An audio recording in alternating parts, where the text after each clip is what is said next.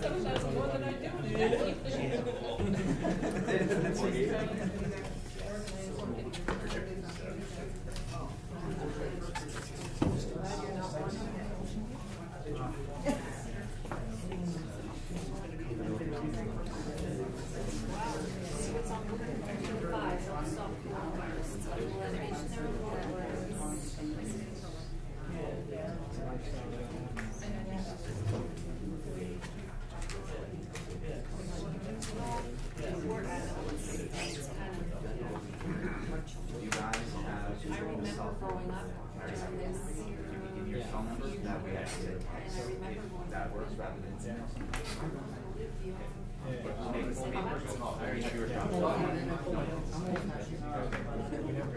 If you don't mind texting.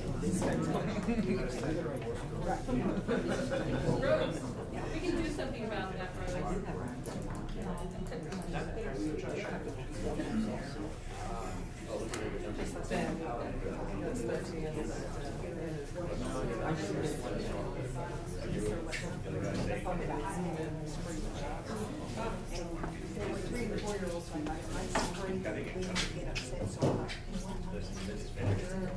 So that's what I did. So when you just get a stick, like you just squirt them all out. I said, that's exactly like what someone used. So it was something I incorporated and then hand washing.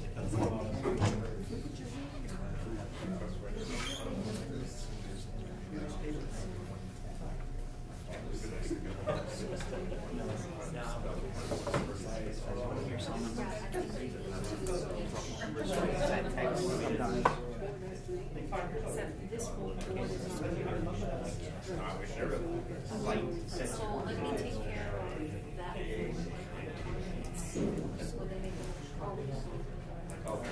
You guys won't be able to pass them over. You don't have to. Main school management would allow us to do it this way. I mean, they can participate. Yep. But we'll just do it another time. And it's okay. You guys can give your tentative approval or whatever. So are you the vice chair? Hey, Louis, can you hear me? Can you hear me?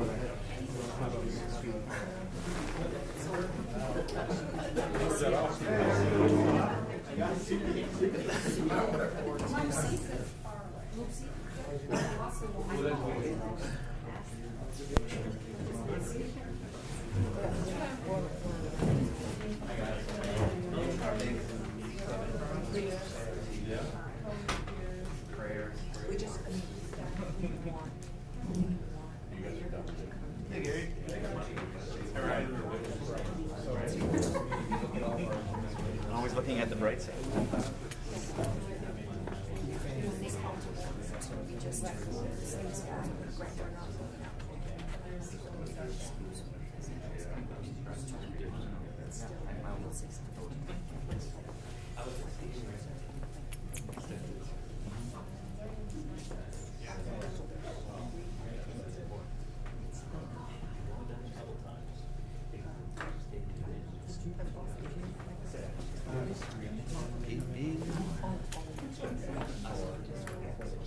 Hello? Yes. You want to just stay on this line?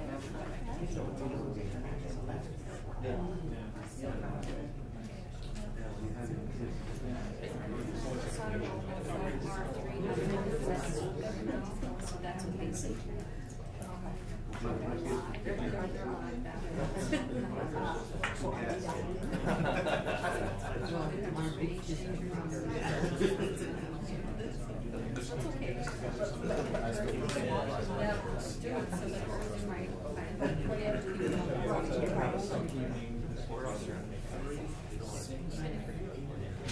So if you wait until the next meeting is fine, because I'm going to say, I know by prophecy that it's.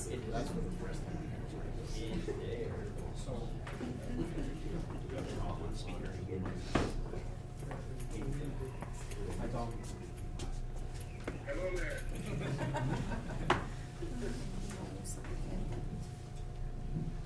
Yeah, I told him.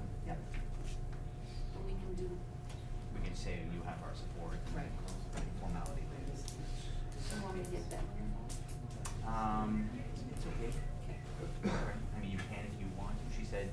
me if you need me to vote. I think she's watching live.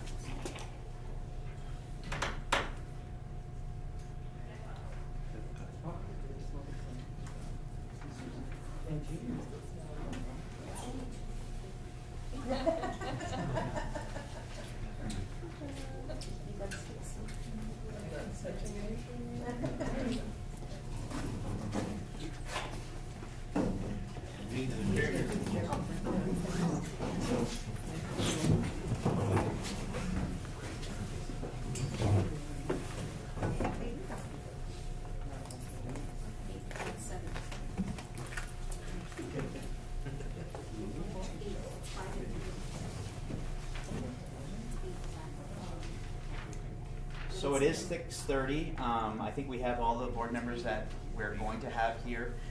Madawaska will not have a quorum just because we do have some of the board members that it was recommended they are not in this setting, in which we understand completely. So we're going to have a follow-up vote when we're in a smaller group setting as a committee, which it's not a problem. We can still continue. But I'll ask the chairman of 33 board to call their meeting to order. If you can do that, Rose. Okay. Call the San 33 school board meeting to order. And I'll have the vice chair of the SAB 27 board call their meeting to order. Call the SAB 27 board meeting to order. All right, thank you. So thank you all for agreeing to be here tonight. Part of the reason that we are here and you have your agendas because we do have to have your approval of what they're calling a remote learning plan. So we wanted to make sure that while we're getting your approval, hopefully your approval for that, we'd also present you with some information of what's been happening in the last 24, 48, and so on and so forth, because it's been changing and elevating and escalating quite rapidly over the past weekend. Just to give you a snapshot of what the weekend was like, superintendents met in Presque Isle on Saturday afternoon. We agreed as a region that we would make decisions as a region, just in strength of numbers. At that time, we had left that meeting deciding that we were probably going to try to stick out this week of school for preparation purposes.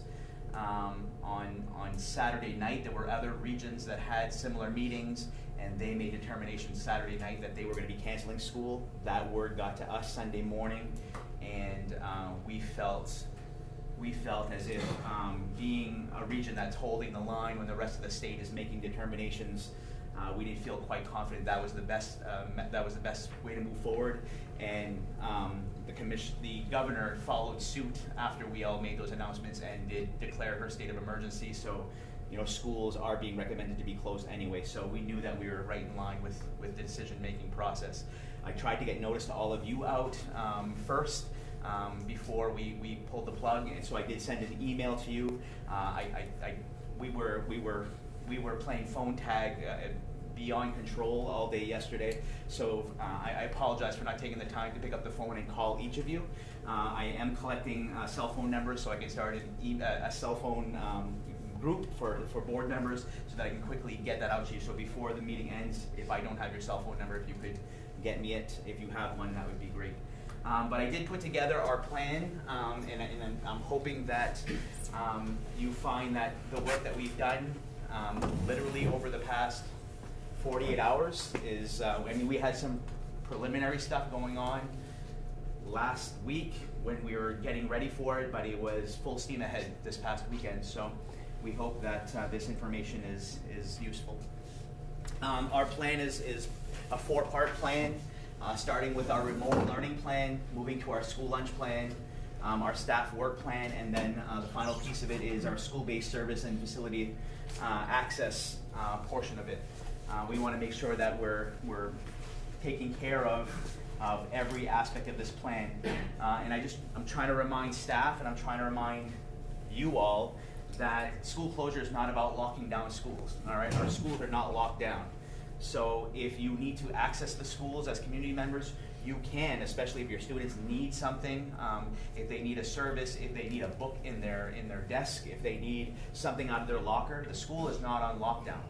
the reason that we've closed down schools is for group gatherings, you know, and that's based on the CDC recommendations. Right now it's at 50 or less people for groups, except for the neediest population. They're saying 10 or less. So we want to make sure that we're following that.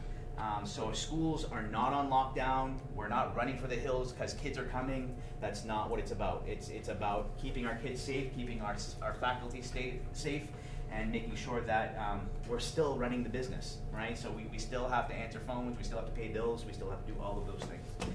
So that's important that we understand that. So part one of our plan is the remote learning plan, and this will be the specific piece that you will hopefully approve.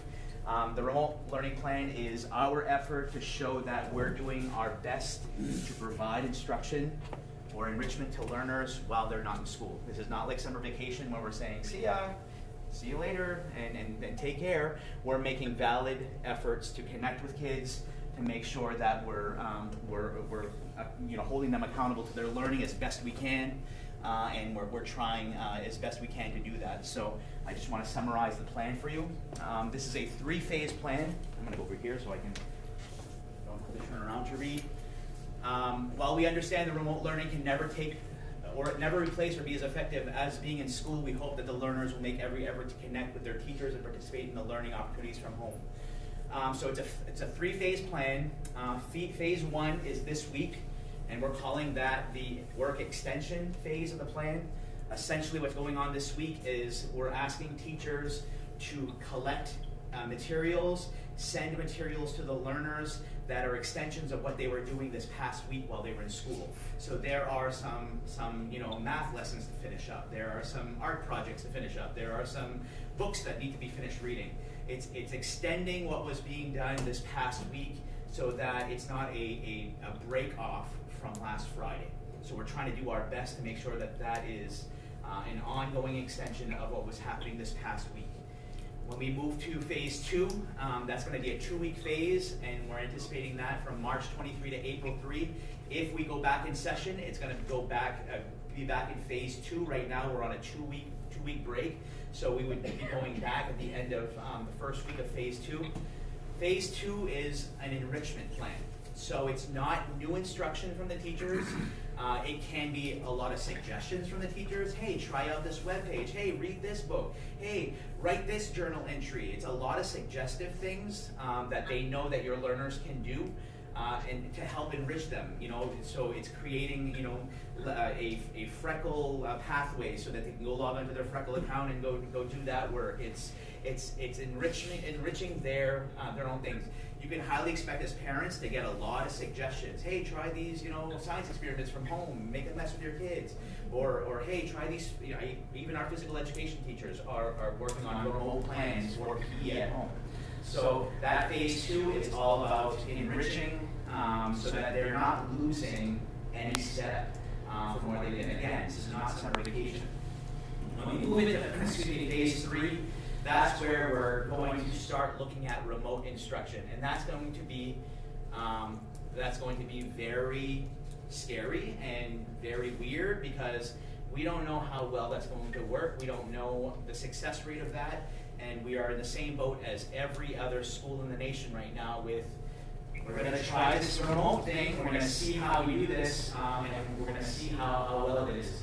Our plan is very specific to teacher voice and choice, so we're not prescribing a set way to do that. We're not saying all teachers shall use Google Classroom or all teachers shall use this communication method. We want the teachers to have voice and choice based on their comfort level, so that they have a way to do that.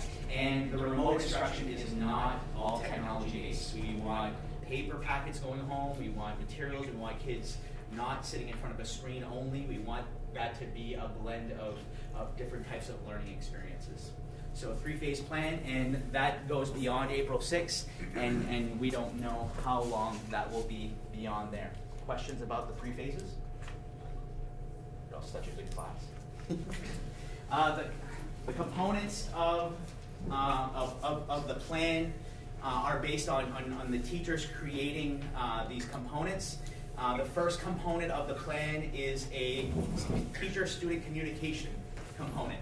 So The teacher is going to make an effort. That's what they worked on today, is how are they going to communicate with your kiddos, with our kiddos? How are they going to make sure that they're touching base?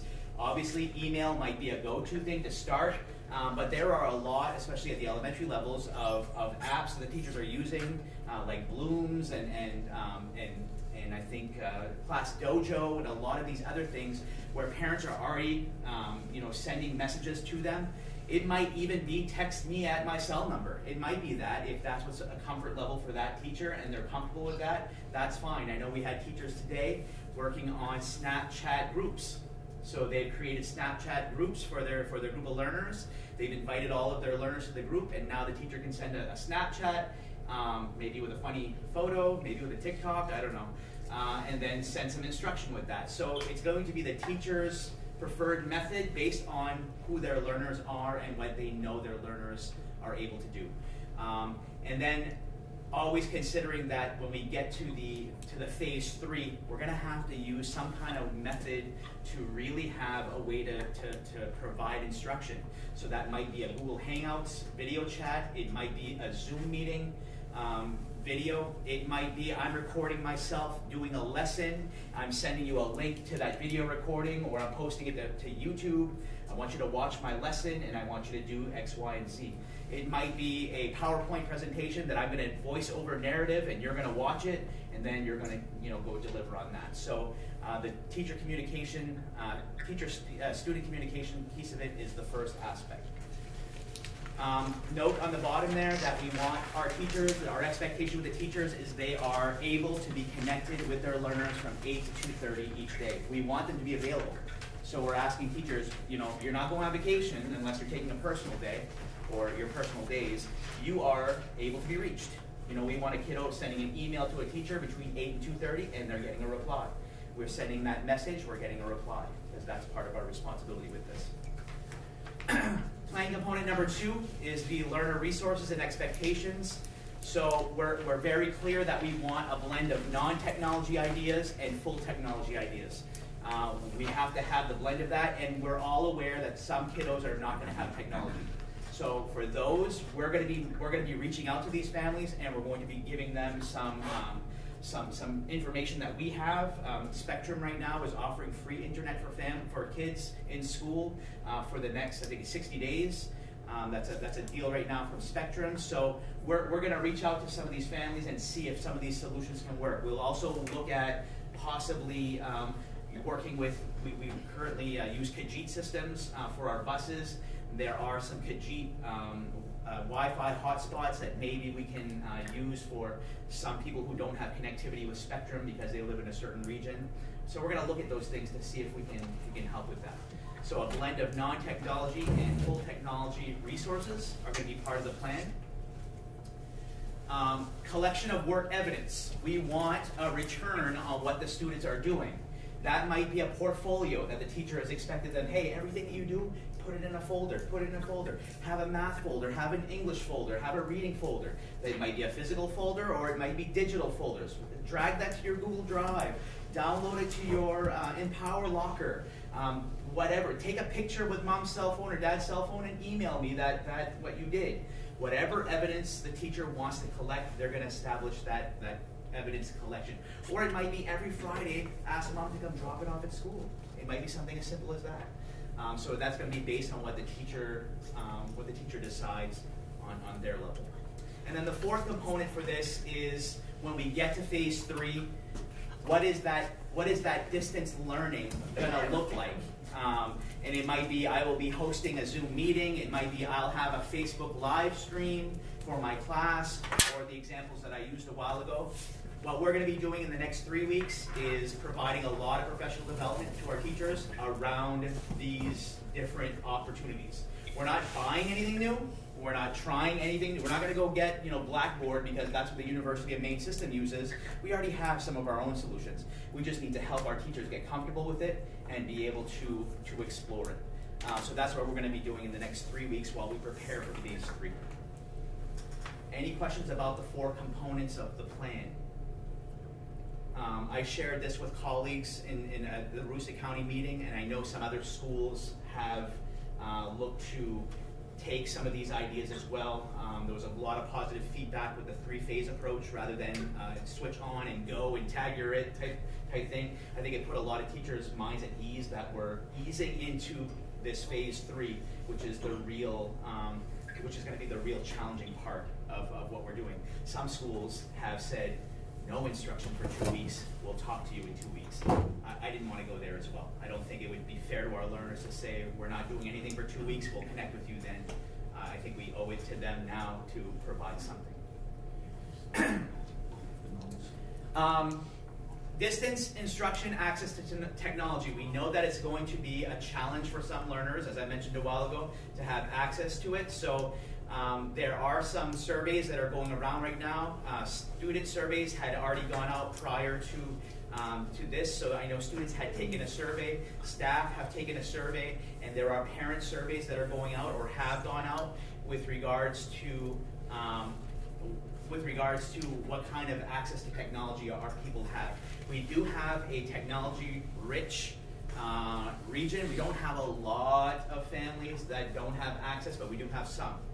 We want to make sure that we're using this survey to determine that, because a family might have internet, and they might have, you know, a home device, but they might have 4 kids with 1 home device. Problem, okay? That's a problem. We're going to need to address those type of problems. So we've created a temporary school device take-home program that's going to be going out to the families soon, and I know it has already been offered to those who are asking, where we are allowing the device the student uses in their classroom to be signed out and go home. We realize that there might be all kinds of complications with that, but I think the risk is worth the try. I think having those learners want the devices and having, you know, on the form it does talk about responsibility, and it's parents' responsibility to make sure that, you know, a student doesn't have liquid around it, yada, yada, yada, and ultimately it's the parents' responsibility to replace the damaged device. Now we'll work with folks if that ever happens, but we wanted to make sure that technology was not a barrier. So we will be allowing that. I know some devices are going out as soon as this afternoon or tomorrow. So that's ongoing as we go. Information on spectrum-free internet offer. We're going to be sharing that with families who need it. Secured access to video conferencing platforms. Zoom, which is the platform we're using right now to connect with a couple of board members in Madawaska.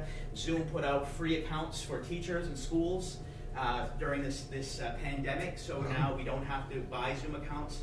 We have free classroom accounts through Zoom, which is wonderful, and then we can open up our Google Hangouts to do the same similar type of thing. And then I did mention the staff training is going to be going on. Sharon Chassis has already begun working on a website that's going to put all of those PD opportunities available to teachers over the next 3 weeks, so that we can get them trained in some of these different platforms.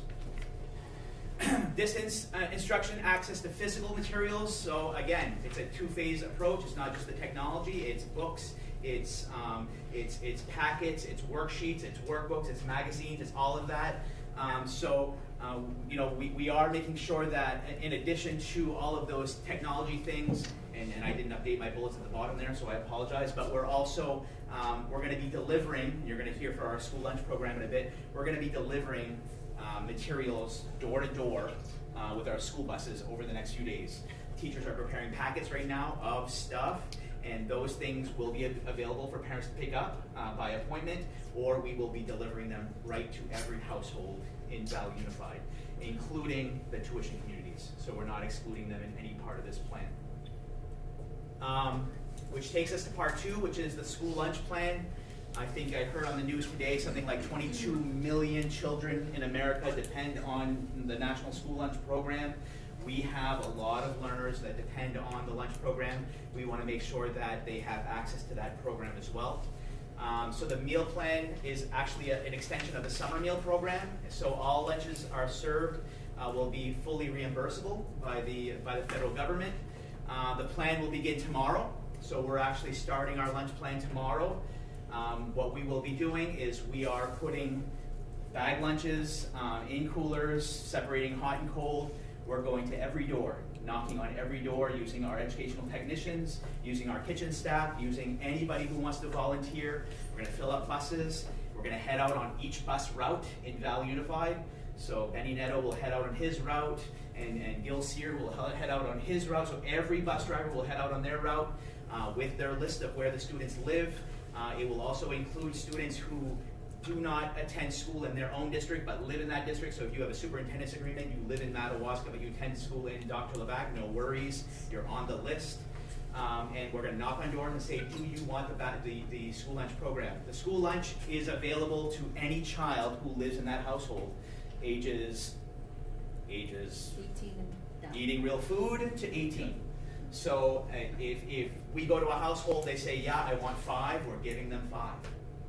Yeah, I want 3, we're giving them 3. If they say no, thank you, we're going to tell them we're not coming back tomorrow. So call us if you want to reinstate the lunch program. Okay? They're going to be families that say, no, we're all set. That's fine. We're not going to stop there every day. We're going to do that day 1, maybe day 1 and 2 if we miss a couple of folks. But after that, we're just going to hit the households that need it and want it. In that lunch program, you're going to have today's lunch, tomorrow's breakfast. So you're always going to have today's lunch, tomorrow's breakfast. So you always have the lunch and the breakfast in that same delivery. And you might have work from school as well. So it might be a pretty substantial package that's being delivered at your house. Again, tomorrow we know it's going to be a lot of work, but it's worth figuring out who needs these lunches. We don't want any kid going hungry. So site locations, we also have site locations for those people who live in the proximity of a school that want to walk over and pick it up. We determined that Madawaska Middle High School will be one for Kent Community High School. We did not make one for Frenchville St. Agatha because there's not a lot of walking residents around any of the schools. So in Frenchville St. Agatha, it'll just be bus delivery. With Madawaska, you have quite a bit of learners that live right around that block, and the same thing with Fort Kent Community High School that live on Pleasant Street. If nobody is going to the site locations, we'll shut it down after a week or so. But if we see that we have some trickling in that way, we'll keep it open from 11 to 12 daily so people can go pick up their lunch right at school. Again, I said kitchen staff and ed techs will be used to prepare and deliver the meals. And we're ready to go tomorrow. Part 3 of this is our staff work plan. So what are our staff going to be doing while schools are closed? This is assuming that we don't go into a statewide lockdown. If we go into a statewide lockdown, we may have to reassess the staff work piece of this. Right now, this is based on today. Tomorrow will be a new day, and I'm sure things will change tomorrow. So this is based on today and the guidance we have today. Our expectation is no employee is harmed by this school closure. We don't want anyone losing work, losing hours. We don't want anyone going without because school is closed. So making sure that everybody has work and everybody is getting their bi-weekly paychecks is number 1 priority for us.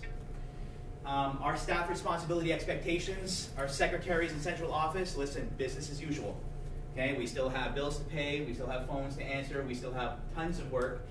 So secretary central office expectation is, hey, just go to work and social distance yourself. So make sure that we're keeping that 6 feet and not shaking hands and all those good things. Guidance, social work, and therapists, the expectation for these employees is to make plans to connect with learners on their caseload to support the various needs as best they can. So these are professionals. They know who their kids are that need OT, PT, speech, type counseling, all of these things. So these individuals will reach out to these families and provide as necessary. So we're going to make sure that these services continue to happen as best that we can. We may have some families that say, no, we're all set, and that's the best we can do, but there's still a lot of work that needs to be done, paperwork and schedule plans for next year, and so there's plenty of work there for these folks to support that aspect of their jobs. Custodian bus drivers, we mentioned the delivery to homes, so we're going to be using them for that, and then we're going to be disinfecting our buildings a lot, and I told the custodial staff today that this is project time.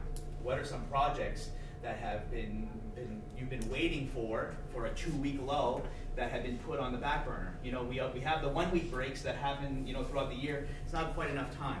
2-week break. I know that at Fort Ken Elementary we're replacing a water heater, so we're going to put projects to use and make sure that we're using that time as well. So those projects will be going as well. School nurses are going to be assisting in the coordination of health and safety activities. They're going to be checking in with families on a regular basis. How are your kids doing? How are they feeling? Did you go to the doctor if they're feeling this way? Or did you call your doctor? Excuse me, did you go to the doctor, but did you call your doctor and let them know? Touching base. Also checking in with staff. Checking in with staff at work, how they're feeling, how they're doing. Not only their physical well-being, but their mental well-being, and making sure that we're checking in with them as well. Our administrators, directors, and coordinators, work as usual. I'll be at work. I'll be floating between the 3 districts, and so will the rest of our administrators and coordinators. IT staff, they're still going to be needed. They're going to have to support a lot of learners from distance technology, right? So there's going to be a lot of questions coming from our students about my iPad's doing this, and my laptop's doing this, or it's not doing this. IT staff will be available. If a student needs to come in and have something downloaded or repaired, our IT staff will be there for that. Kitchen staff will be needed for our breakfast and lunch programs. And our ed techs were the biggest question mark, because ed techs specifically work one-on-one with students or support what the teacher is doing in the classroom. That's gone, right? There's no students. So we're going to use our ed techs in a variety of ways, from school lunch preparation, lunch delivery, student work prep, student work delivery, classroom cleaning projects, possible tutoring services, for IEP learners or Title I learners. So everyone's going to have work. Everyone's going to have work, and we're going to make sure. And everyone was met with today, the ed techs, and they were told, you're fine, your job is, because that's a lot of concern for a lot of them is, am I going to get laid off for the next 2 weeks? We want to ensure that there's plenty of work to do. Just with the lunch program alone, we're gonna have to divide and conquer. And then with our teaching staff and learning facilitators, we're really working with them to implement that phase 1, 2, and 3 plan while students are not attending school. We have to remember that a teacher's primary responsibility is to educate kids. When there are no kids physically present to educate, that becomes a whole new world. How do you educate kids who are not there? So we're going to really be working with our teachers about that availability window.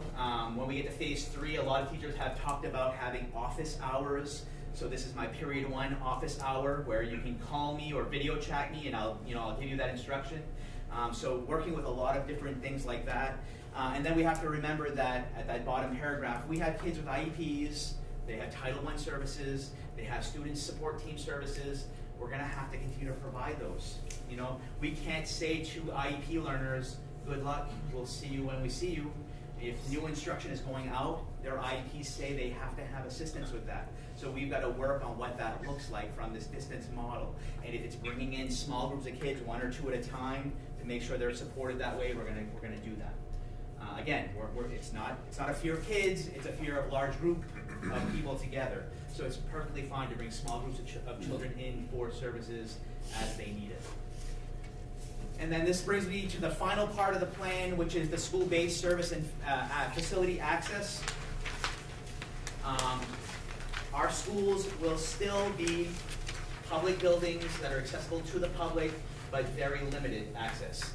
And this is going to be, some of the things we're going to be using our facilities for: special education services, and that's to be determined, especially in phase 3. Therapy sessions, speech, OT, PT. I know these folks were looking at distance models and how that works, and if that can even work. So they're already looking at that. Counseling sessions, Title I-A services, teacher access to help, tutoring, etc., IT support, the meal program, the backpack program where those are available. These are all things that we want to continue in our schools as the students are not there. And then, in addition to just regular business as usual. And then our access to facility, we're really trying to remind folks that we don't want large group gatherings at our schools. We're trying to limit that to 10 individuals or less with regards to any of the access to the building. We're not allowing for driver's ed classes. We're not allowing for the judo classes. We're not allowing for any of those events to happen in our school. And I know that's going to be difficult for those people who access it, but we just can't. AYBL is not going to be having basketball practice, and we're just not using our schools that way. Public access to the building is by appointment only, or by stopping in the main office to inquire. and then from there, we're just, it's our staff that are going in and out. It's our staff, the majority of the people that are accessing that building, those buildings. Today we did have a collaborative group meeting of various stakeholders to talk about our emergency preparation programs, was specific to a crisis, a pandemic crisis, and it was facilitated by, so you can see Peter, he's talking right there in the middle. It was facilitated by Peter, so I'm going to let him update you on what happened today. Peter. Today was the result of about a week's worth of reflection and information gathering on the part of about 30 people from healthcare entities as well as emergency responder services and people from all parts of the Valley Unified Education Service Center and each of its ELAs. We had school nurses with us. We also had our technology coordinators, building administrators. And what we spent a week reflecting on was a 33-item checklist prescribed by both the United States Department of Education and the United States Department of Health and Human Services as a planning checklist to assess your readiness and your ability to respond effectively to a pandemic as educational entities and healthcare and emergency response providers. So today we got together in our groups, all of the thinking and all the information gathering that we did. We, for each of those items, identified what pieces are in place, what needs to be done, and we assessed them on a 3-point scale. Either we had not started, or it was in progress, or it was completed. I'm pleased to tell you there isn't a single item on that 33-point checklist that has not been started, and there are a number, I think it's 6 or 7 that were complete, and of the ones that are in progress, it's really because we've put them back in play as we evaluated our local emergency action plans. We noticed that there were some things that needed to be addressed, tightened, maybe consolidated and centralized into one location. That's going to be ongoing work done by school safety committees. But a lot of other items were kept coming up across the 4 areas of planning and coordination, continuity of student learning, infection control policies and procedures, and communications planning. And many of them will be done by the end of this week. They're very quick fixes, and by the end of next week, we'll have the other pieces done. So really the only thing that's going to linger into a months-long endeavor will be reviewing the emergency action plans, and specifically the pandemic response sections of those plans. But in the meantime, we're in good shape, and we know what our partners can do. They know what we're capable of doing, and we expect that the safety committees will be able to use that information in strengthening each local educational, each local school units and schools' emergency action plans. Thank you, Peter. You're welcome. And I know a lot of you, go back on. A lot of you have reached out to me, either personally messaged me, and staff have as well, and and have thanked all the work that that has been going on, but have specifically addressed me and say, how are you doing it? The reason I'm doing it is because of Peter, because of Giselle, because of the team we have.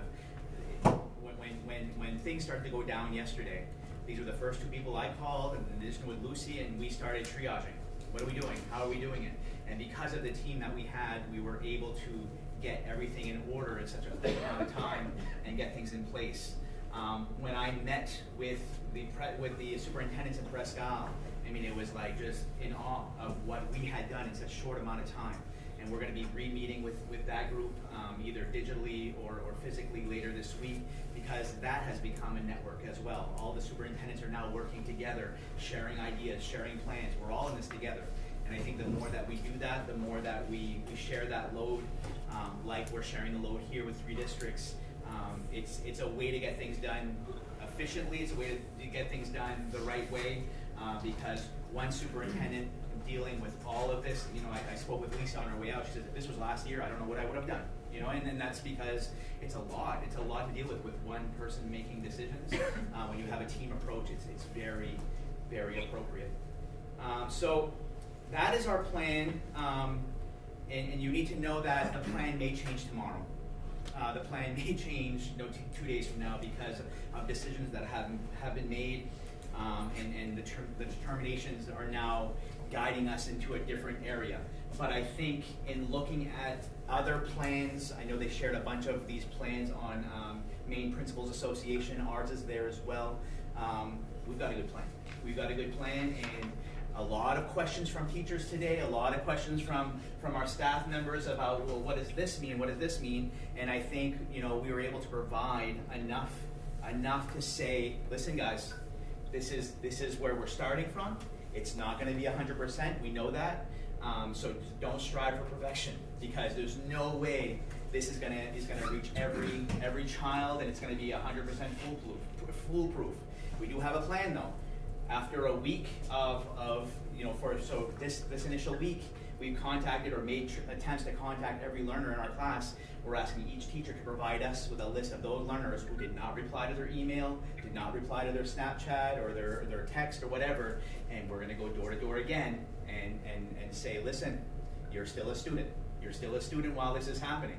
And yes, it looks different, but we need you to be accountable, because we want to make sure we're not losing our kids, and we're trying to hold on as best that we can. So, in your consideration of approving this plan, I also have another ask. I'd also ask that you also, in your motion to approve, if you so choose, that you also allow us to adjust the calendar as need be, because we may have, you know, to adjust April break as an example, or the end of the school year, or that final workshop day that was here, now putting it here, because we still have to be accountable to the 178 student days, even if it's part of the remote plan. That's all part of the student days that are part of that calendar, and having some flexibility to adjust the calendar based on things that are happening, things that have occurred, without having to go to each board for approval in each step. If I can get your pre-approval now, that would be very helpful. I promise you I won't do anything drastic, and I'll notify you of every change before we make it happen. Any questions? The motions, do you want two motions or just? I think you can motion to approve the remote learning plan and any calendar revisions. I think you can put that in one motion. But I want to answer your questions if you have any. Judy? So, like the calendar change that you just said, maybe I misunderstood you, but during this period of time, the teachers and the ed techs and everybody are fully responsible for working and doing their days. So, are you saying that we would add additional days on top of the work that they're doing? These are school days. Okay. Today was a school day. Okay. Actually, I take that back. Today was a workshop day, which I might want to go grab that last workshop day and go plug it in for today, because it wasn't a student day. Students didn't have access to anything today. Tomorrow will be the beginning of student work days, because we're going to be delivering materials. So tomorrow's a school day. That means we don't have to make that up in late June or July with your approval of this plan. We are making up the school days as remote days. And this will carry over in the future if we do this well and we have success with it, and we're gonna get data all over the map with this. This might be the future of our snow days. You know, if this works for this might be our snow day plan. So we have remote days on snow days, so that we're not making them up. So this is our on the boots, running right away trial to something that we knew we were going to get to eventually. Just now it's, hey, you're in it, so go for it. Yeah, so these are actual school days. So because you see your plan going more than 2 weeks, your plan is laid out for 4 weeks. I know school announcement closures was for 2. So because of your forecasting is lasting more than 2, this is why we're doing this versus, say, closing and making up 2 weeks of education during April break or extending into June. Correct. So this was the path. So, Yeah. So you mentioned a school district that's closing for 2 weeks and saying, hey, we'll see you in 2 weeks. They're That's going their plan. to have to make up Their those 2 plan weeks. is to make up 2 weeks later on Yeah. versus this. Yeah. I'm going to be, I'm just going to level with all of you. I don't believe this is gonna be a 2-week thing, and then it's all over. So I think you know, we'd be doing the right thing by planning ahead, planning accordingly, getting our teachers the resources and education they need to phase into that phase 3 model as soon as possible. I think that's gonna be our reality for quite a while, unfortunately. Okay. The students going on site are the student health nurses going to be doing a screening? Yep, we're gonna be asking any students who have, so they have to come by appointment, they have to schedule that appointment with their teacher, and then at that point, the teacher's gonna notify the nurse that such and such is coming at this time, and then we're gonna be screening upon their arrival. Do you have bus services? You talked about IEP, you talked about special needs, occupational therapy, PT, speech. Yep. Are you providing a bus for students? We're gonna to offer school? transportation for those who need it, be it the buses or school vans. If it's one kid, it might be a school van. If it's 2 or 3, we may use a bus. We don't want transportation to be a barrier to services. Yeah, keep going. I got you. You say you're going to use the custodians and whatnot to deliver lunches. Is there going to be any contact with the families because there's potential to transmit that contact and there's probably also there could be an issue there where they're transmitting from one household to another. Yeah. So the only contact we're having with the household is tomorrow when we're knocking on doors saying, "Do you want lunch?" After that, the expectation will be that the students coming out to the bus to get handed their meal right off the bus. So we're not exposing staff other than handing that meal outside the door of the bus. Other than that, there's no other further exposure than that. We don't want the food delivery to take 4 hours because by the time they get to the furthest points of our region, I mean, it's going to be supper time. Nor do we anticipate that they'll be entering the residence and in close contact. It'll be more a knock on the door, a step back. Do you have lunches? Do you want them? You know, how many do you need? And then it'll be that tomorrow will be the trickiest day. It's going to take us long, and then the next couple of days we'll establish our real time frame and timeline for delivery. So what about the children that are not home and at daycare? The parents are at work during the school lunch. Yeah. drop-off delivery program. Yeah. So we'll deliver to the daycare. Okay. Yep. So, but do you know potentially like? We have the list of where kids typically go to daycare or where they go for babysitters. We have all that information. I don't know if we're at that level yet. I think, you know, right now it's going to be hit or miss with the homes, and then we'll find out shortly who's not at home, and then plan accordingly there. And we're probably not going to hit everyone on day 1. I mean, there are going to be some misses and lapses, but we're going to look at correcting that in very short order. Yeah. So at 4 o'clock today, the school lunch notice went out on our school reach. It's on all of our web pages. Right now, that specific plan, tonight you can probably expect another letter to go out to kind of summarize this plan if you approve it. The actual plan that I just presented to you, the slides are going to go out as well and be posted on the website. We want to be as transparent and ahead of this as possible. It might be overkill to you know, send all this information, but I think power, you know, information is the power that people need, and the more we can get that out there, the better. So the more you can share anything you're seeing on Facebook that we're sending out, please share and make sure that stuff is getting out there. And as board members, you may have community members saying, we're not getting the school lunch. Let us know if they're not getting it because they're here instead of here. We need to know that so that we can correct it as soon as possible. So this survey about internet to parents, Yep. did that go out yet? Or I believe it did in some schools, but not all yet. I didn't get it. Yep. So it's an issue for us at our house. Yep. So that survey will be going out. But you can be proactive right now, and if you want to call your child's school and let them know you need technology devices, you already know that. You don't need to wait for a survey to do that. Contact the school, and they'll make arrangements to send you the permission form, and we'll get you lined up. It's also a internet connectivity issue, yes. Because we don't have Spectrum on our road, it's not available. Okay. So I only have Fairpoint, and it bogs down where it does not. The survey will be going out to parents, and if you can fill out the survey, it will help us determine how we're going to address some of these issues in our plan. So when you do put the survey, please be honest about it. there's a place where you can do other and you can add additional information. I do know that in 27 in Madawaska, I can't speak for 33, the survey has gone out to parents as well as staff. Or students rather, so I don't know about 33. We'll double check on that. We'll double check on that tomorrow. We'll double check on your survey and where that status of that is. But it might be a solution for you where you have, multiple kiddos wanting to access. It might be staggering because of your level of connectivity at home. Even then though, like, even streaming stuff is really rough. Yep.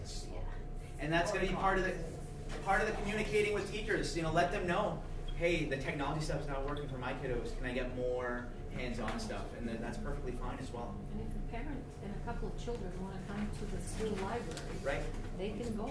Yep. And they can access our internet. Yep. Or any school building, for that matter. You mentioned testing. Where are we in capacity for testing? What did Northern Maine Center say about testing? Testing for the virus. Right. I don't have specifics. They have begun. Maybe Giselle can speak We to have that. an update meeting tomorrow scheduled, so we'll know. But can't tell you right now. All I know is, until we allow people into the school, we shouldn't allow them to the school until we have the capacity to test it. We can't test everybody. If they don't show symptoms, the advice is we're not testing. So do you have a screening tool We from do CDC? have a screening tool that the nurse in SAB 33 has put together. So, the advice we're getting is from CDC, Maine CDC, National CDC. But everybody cannot be tested at this point. Not everybody can be tested. You have to go through the screening process first, and if you flag within that, then you can. You flag and then you go to your health provider and then they determine. yeah. Anything else? Well, the kids that come here, like welding, carpentry, So the staff here met. Is Kevin here? Yeah. Kevin, go ahead.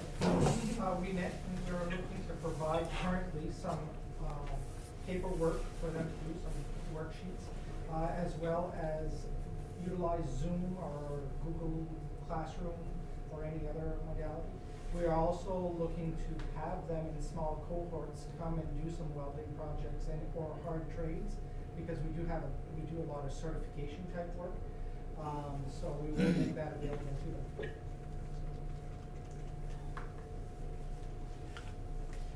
It's not going to be perfect, and I'm not going to stand here and tell you this is going to work great. I would be lying to you if I would say that. I think it's going to be a lot of trial and error. It's going to be a lot of adjustment and readjustment. But I can tell you that what we've done in such a short amount of time is a really solid plan that has the support of our staff, and I think that in itself is worth its weight in gold, because the staff believe that we're going to continue to listen to them and adjust accordingly based on what's working and what's not working, as well as the parents. We're going to continue to keep our ears open for that as well. Yeah, because component 3 and component 4 for elementary age students seems kind of challenging to manage. Yeah. Yeah. And we were having those conversations with our cohorts of teachers today. The conversations at pre-K are very different than the conversations at grade 12 of expectations. A lot of those pre-K expectations are going to be enrichment even into phase 3, where we just want our kids to continue sorting and doing all these things that continue to expand their brains. To expect a 4-year-old to connect on Zoom and tell their teacher what they're doing right now, I don't know how realistic. You will have some parents that are going to engage in that and will do so successfully. There are some great apps for teachers that they're using. One of them is Blooms, that is unbelievable, where you can not only are you chatting with your teacher as a parent, but now you can video chat, and now you can send work evidence, and now you can shoot an email message. You can do that all from that one app, and it makes things a little easier than ever. And let's not take for granted what some of these kids can do, even at 5, 6, 7 years old. They can get on that iPad, they can do something, and they're going to know how to get that to the teacher, even if we don't think they do. Some of them are pretty savvy with that. So. And that's part of the plan too, is those teachers who are using those apps at that level will provide some professional development for other teachers who aren't yet using them, but can see the value in employing those if we have to extend beyond the 2-week period. We are about to see why we have invested so much in technology in these districts over the past 20 years. It's going to come realistic really fast, because you had some teachers today didn't even blink at this expectation. They're like, oh yeah, I got this. I mean, some of them are ready for the challenge, they're excited. I mean, I got home for lunch and my kids had already connected with 2 teachers on Snapchat groups, and they thought that was the coolest thing ever. Coolest thing ever, you know? Some of these teachers have it. The teachers that are not quite ready, we're gonna get them there. And it's okay. They're the ones that are prepping a lot of hands-on activities, which is wonderful as well. You know, we wanna make sure that we're blending both worlds together, and not, the expectation is every kid behind a screen for X amount of hours. We're gonna be asking teachers to keep reminding their students that it's just about routine. It doesn't have to be the same routine, but it should be a routine. So build in your day some time for math, build in your day some time for reading, build in your day some time for physical activity, and then we'll work from there. Part of that is going to be, you know, the support we get from parents to do that. But you know, I think if we can hit a majority or close to a majority, I mean, we've done a pretty good job. Real quickly, where are we for providing emotional support for parents who are home with these kids? Yeah. For extended periods of time? Are we actively reaching out to them to say, are you feeling crazy yet? So that was part of the conversations that our guidance and social work group had today, around making sure we're reaching out to families that we already know are already on our radar, if you will, with some of these needs. And our staff know who these people are. But also making the school available for folks just through the messages we say, hey, if you need support, please call. You know, we've had conversations as well about what we're going to do when the pandemic really reaches our region and it starts taxing our healthcare facilities. As a school district, we want to be able to support some of our parents who are nurses and doctors and people who work in our hospitals, so we can provide some level of support as a school, be that as childcare perhaps, or just learning supports, because we know mom is working 20-hour shifts, and that's, you know, math time is not going to be on her priority list. So we're also talking about that as well, so that we can support some of these folks that we know are going to be really putting in a lot of time to help, you know, keep people healthy and safe. Yes. Where are we at with following, for infection prevention, following CDC guidelines for cleaning products, environmental cleaning standards? I know at MSA 33, I've seen a few hand sanitizer dispensers with non-alcohol sanitizers. So for CDC, we need to have alcohol-based sanitizer in the facility. So can you elaborate on that? You want to talk about what was discussed today with the folks? Those schools that don't have the alcohol sanitizers, the 60% or better, as is suggested, we're going to share some if we can. There is no supply right now through our current supplier, but we're not needing some in every classroom. So some schools already have a hefty supply in each classroom, so maybe we can share some of that. The schools have also purchased, those that didn't have one, foggers for each classroom. These are electrostatic foggers that actually disinfect surfaces, not just the air. And our custodial staff is on a schedule to do all the classrooms, gymnasiums, even our buses. We did Saturday cleanings. Right. We did that before the students were out. We'll assess whether we can continue that as well. But really, you know, trying to beef that up as much as we can. And we'll be doing a lot of education, emphasizing the importance of hand washing, duration. So if we don't have the alcohol-based product, we're looking at antibacterial soap or non-alcohol-based product. We'll stress the 20 seconds, the frequency, and everything else. And we'll do that with all ages, because we can't leave it to chance, including, you know, adult staff. We'll expect them to model it. Our nursing, That's part of the nurses, process. we're going to be printing out. There's a lot of free poster materials that are going to be they're going to be printing out and posting throughout the school, so that we have a lot of you know colorful guidance on how to wash your hands the right way and that type of thing, so that we're educating as much as we can.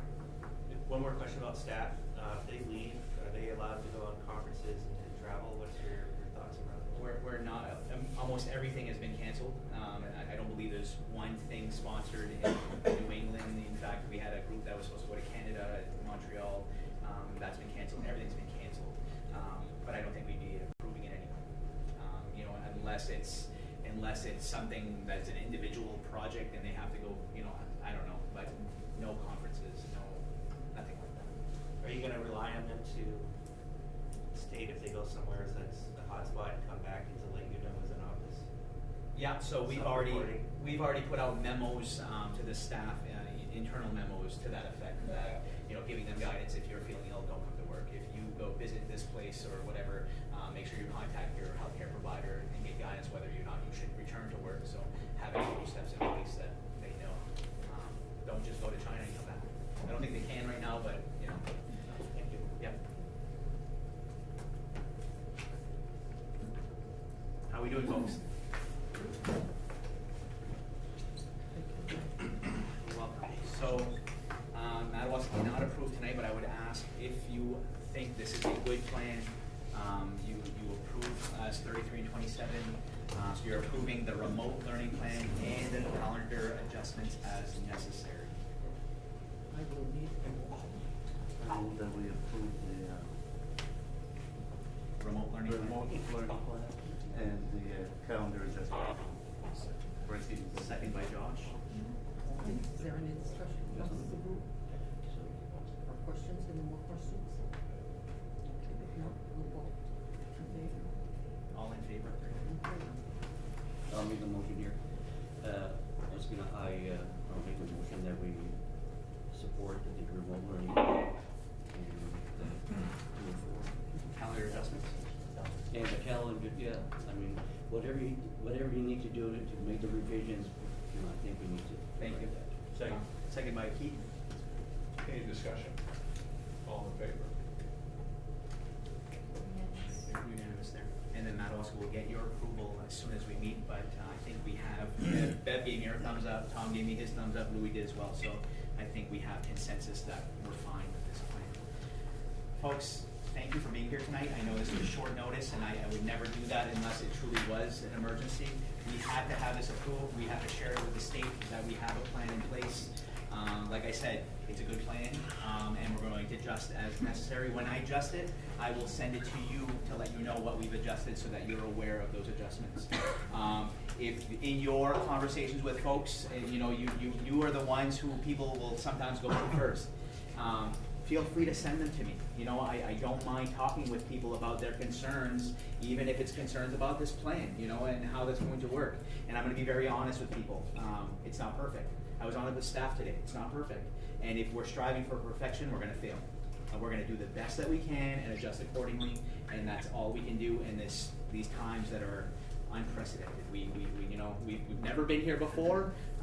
We've never been here before, and hopefully we don't have to do this again anytime soon. But thank you for your support. We appreciate it. Thank you, Ben. Thank you, Ben.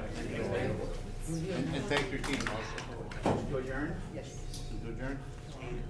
Second by Josh. We have a motion to adjourn here. Sarah? I'll second. Herb? Thank you all. Have a good night.